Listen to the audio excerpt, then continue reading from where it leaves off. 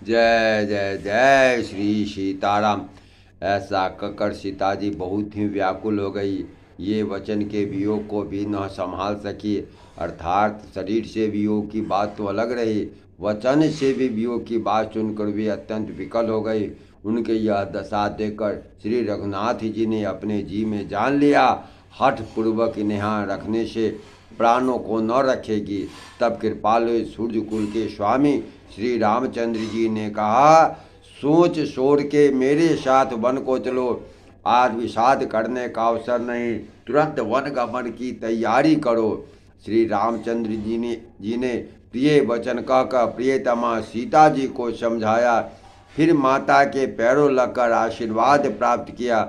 माता ने कहा, बेटा जल्दी लौटकर प्रदा के दुख को मिटाना। यह निठुर माता तुम्हें भूल न जाए। हे विधाता, क्या मेरी दशा फिर पलटेगी? क्या अपने नेत्रों से मैं इस मनोहर जोड़ी को फिर देख पाऊंगी? हे पुत्र, यह सुंदर दिन और शुभ घड़ी कब होगी जब तुम्हारी जननी जीते जी तुम्हारा चांद सा मुखड़ा फिर देखेगी?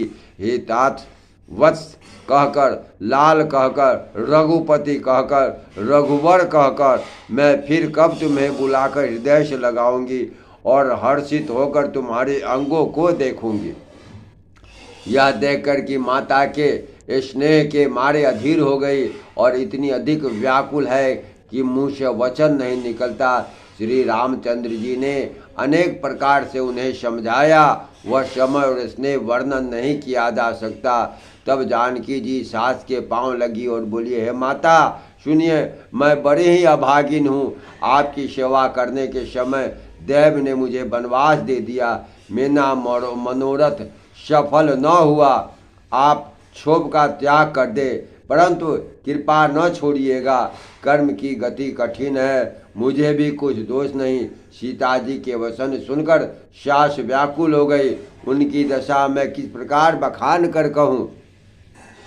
उन्होंने सीता जी को बार बार हृदय से लगाया, धीरज धरकर शिक्षा दी और आशीर्वाद दिया। जब तक गंगा जी और जमुना जी में जल की धारा बहती रहे, तुम्हारा सुहाग अचल रहे। जय श्री सीताराम।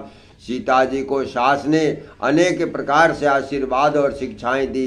वे सीता जी बड़े ही प्रेम से बार बार चरण कमलों में सिर नवा कर चली। जय श्री सीताराम।